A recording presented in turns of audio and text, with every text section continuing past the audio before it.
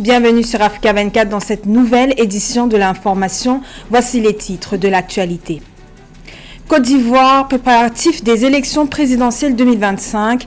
À moins d'un an du scrutin, 1,4 million de nouveaux électeurs ont été inscrits sur la liste électorale, un chiffre en hausse. Par ailleurs, plusieurs figures politiques se positionnent déjà pour cette échéance. Vers une transformation de l'administration grâce à la technologie, le Premier ministre sénégalais Ousmane Sonko alerte sur l'utilisation de logiciels étrangers.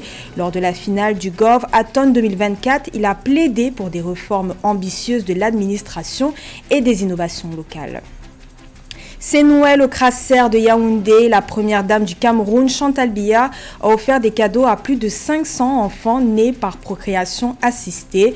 Une cérémonie émouvante pour ce centre qui change des vies de futurs parents depuis 2016.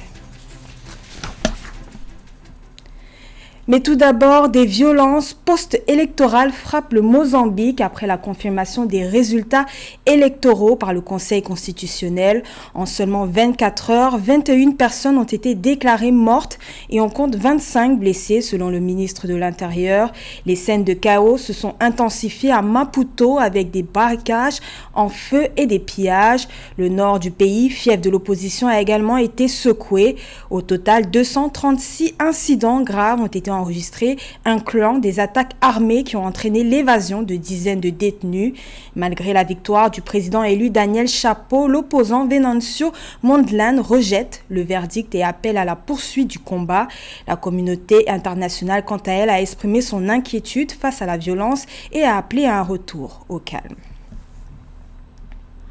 Préparatif à la présidentielle 2025 en Côte d'Ivoire, Laurent Gbagbo, Simone Gbagbo et Patrick Achi se placent en premier plan des figures politiques pour la présidence. Cependant, à l'approche de cette échéance, l'heure est à la mobilisation. Plus d'1 million de nouveaux électeurs se sont inscrits, signe d'un intérêt renouvelé pour l'avenir du pays. Alors que le pays se souvient des tensions des scrutins passés, l'enjeu est clair, garantir une élection transparente et apaisée. Le point avec Esther Conan.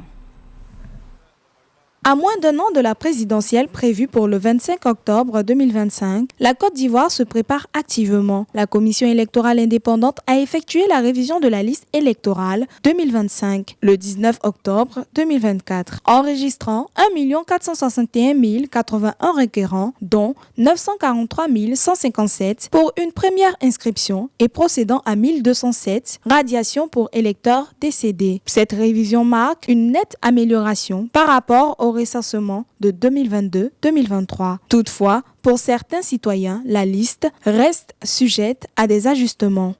Le déroulement même des choses n'ont pas été, à mon avis, n'ont pas été suffisamment bien faites. On n'aurait pu pas faire ça si on avait mis un mécanisme pour que tout citoyen ivoirien en âge de voter avait pu s'inscrire sur la liste électorale. Bon, je pense qu'on est encore dans le délai qu'on peut rattraper ça. Et ça, les techniciens, ils peuvent en tout cas trouver les moyens pour remettre certaines personnes sur cette liste encore, pour que personne ne se plaigne après. Le paysage politique ivoirien se prépare à une compétition intense en 2025 avec des candidats de poids tels que l'ex-président Laurent Gbagbo, l'ex-ministre Patrick Achi et l'ex-première dame Simone Yves Gbagbo. Ces figures emblématiques, issues de partis historiques comme le PDCI et le RHDP, influenceront considérablement l'issue du scrutin. Bon, mes attentes, c'est que le président soit élu de façon paisible, parce que nous voulons la paix pour notre pays, on ne veut pas des destructions, des guerres, ça ralentit encore l'économie du pays. Voyez-vous, nous autres, nous avons vécu les élections antérieures. Et vraiment, je souhaite que les autorités fassent en sorte qu'il n'y ait pas de problèmes tels qu'on a vu en 2010-2011. La Côte d'Ivoire se prépare à un tournant décisif avec des élections compétitives en 2025. Les révisions de la liste électorale et la préparation des candidatures sont essentielles pour garantir un scrutin pacifique et transparent. Il est crucial de suivre les mises à jour de la CEI. Mettre le numérique au cœur de l'avenir du Sénégal, c'est l'ambition du Premier ministre Ousmane Sonko. Lors de la finale du GovAthon 2024, le Premier ministre a tiré la sonnette d'alarme en dénonçant le recours systématique à des logiciels étrangers, un choix qui, selon lui, compromet la sécurité de l'autonomie numérique. Devant près de 500 étudiants, il a plaidé pour une réforme ambitieuse de l'administration et pour la valorisation des innovations locales. Cheikh Omar Kamara nous en dit plus. Au Sénégal, le Premier ministre Ousmane Sonko a critiqué la décision systématique d'utiliser des fournisseurs internationaux pour concevoir les logiciels au détriment des solutions suggérées par les entreprises sénégalaises. Selon lui, ces choix compromettent la souveraineté du numérique tout en négligeant des problématiques essentielles de sécurité. Lors de la clôture du GovAthon 2024, le 23 décembre 2024, le chef du gouvernement a souligné la nécessité d'une réforme profonde de l'administration sénégalaise. Il faut que l'administration redevienne un outil au service du citoyen. Il faut que cette administration redevienne une administration du développement. Elle ne l'est pas ou elle ne l'est pas suffisamment aujourd'hui. Et les problématiques qui ont été soulevées et qui tournent autour du numérique, l'outil numérique, dans toutes ses déclinaisons, les nouvelles technologies, l'intelligence artificielle, sont le présent aujourd'hui du monde, mais certainement et inéluctablement l'avenir du monde. En plus de la réforme majeure de l'administration sénégalaise, Ousmane Sonko a souligné que pour garantir un écosystème numérique florissant, il est essentiel que les institutions publiques adoptent une approche proactive envers les innovations locales. Nous sommes heureux de voir qu'ici au Sénégal, nous avons des jeunes qui ont toutes les aptitudes pour aller le plus loin possible et nous permettre de faire ce que j'ai toujours appelé le leapfrogging, les sauts de mouton, des sauts qualitatifs qui nous permettent d'anticiper et d'aller vers les prochaines générations de technologies. Mobilisant 480 étudiants issus de 20 universités et établissements d'enseignement supérieur, l'événement GovAthon 2024 a permis la soumission de 120 projets dont 12 finalistes ont été présentés dans des domaines variés tels que l'agriculture, le tourisme, la sécurité routière et l'administration numérique. Et le verdict vient de tomber au Burkina Faso. Mardi 24 décembre 2024, 4 fonctionnaires ont été condamnés à des peines de prison allant de 6 à 15 ans pour détournement de fonds publics. Il s'agit de plusieurs milliards de francs CFA destinés aux déplacés internes. Parmi eux, Amidou Tiengnan, principal accusé, écope de 15 ans de prison et d'une amende de près de 6 milliards de francs CFA. Les coupables ont falsifié des chèques et des signatures pour s'emparer de 2,8 milliards de francs CFA. En plus des peines, leurs biens ont été confisqués au profit de l'État. Une décision saluée par le magistrat Kafar Nyanyou, bien que les condamnés aient 15 jours pour faire appel. En Guinée, la protection des droits humains progresse, mais des obstacles persistent. En 2024, des avancées notables ont été réalisées, mais à cause de la ratification des accords internationaux, la mise en œuvre sur le terrain reste complexe. Aminata Bangoura, directrice nationale des droits de l'homme, présente un bilan des actions menées, telles que la lutte contre les violences de genre et les mariages forcés. Pour 2025, l'accent sera mis sur l'extension du monitoring dans les régions reculées et la simplification des textes législatifs pour mieux toucher les citoyens. Cheikh Omar Kamara, une nouvelle fois. En 2024, la Direction nationale des droits de l'homme en Guinée a enregistré des avancées significatives dans la promotion et la protection des droits humains. Aminata Bangoura, directrice de cette institution, a récemment présenté un bilan des actions menées au cours de l'année, mettant en lumière les efforts déployés pour renforcer les droits fondamentaux des citoyens guinéens. Des interventions sur des cas particuliers ont également marqué cette année. Nous avons aussi, au titre de l'action de l'axe protection, eu des dossiers à suivre. Je prends l'exemple du cas de la jeune fille de 7 ans qui a été brûlée au premier degré. Nous avons aussi eu le cas de la jeune fille de Baïlo-Bayak de 13 ans qui avait été mariée de force, donc aussi un mariage précoce. Nous avons agi de concert avec le Progem pour trouver une solution et sensibiliser surtout les parents au cas de mariage précoce et les mariages aussi forcés. Nous avons eu des dossiers comme ça, et tant d'autres dossiers que nous avons eu à traiter au cours de l'année. Concernant la promotion des droits humains, la Direction nationale des droits de l'homme a également mis un accent particulier sur la formation et la sensibilisation des citoyens et des acteurs étatiques. Au titre du premier axe de notre plan d'action, qui est l'axe promotion, donc nous avons fait des formations, sensibilisation et éducation sur les droits de l'homme pour que nos citoyens soient au fait de leurs droits. Pour l'année 2025, la priorité sera donnée à l'extension des activités de monitoring dans les régions reculées comme l'Abbé, Nzerekore et Timelele afin d'évaluer et d'améliorer les conditions de détention à l'intérieur du pays. De plus, la Direction nationale des droits de l'homme envisage d'intensifier des actions visant à rendre les textes législatifs plus facilement compréhensibles en utilisant des outils accessibles comme des sketchs, des pièces de théâtre ou les radios rurales pour atteindre un public plus large.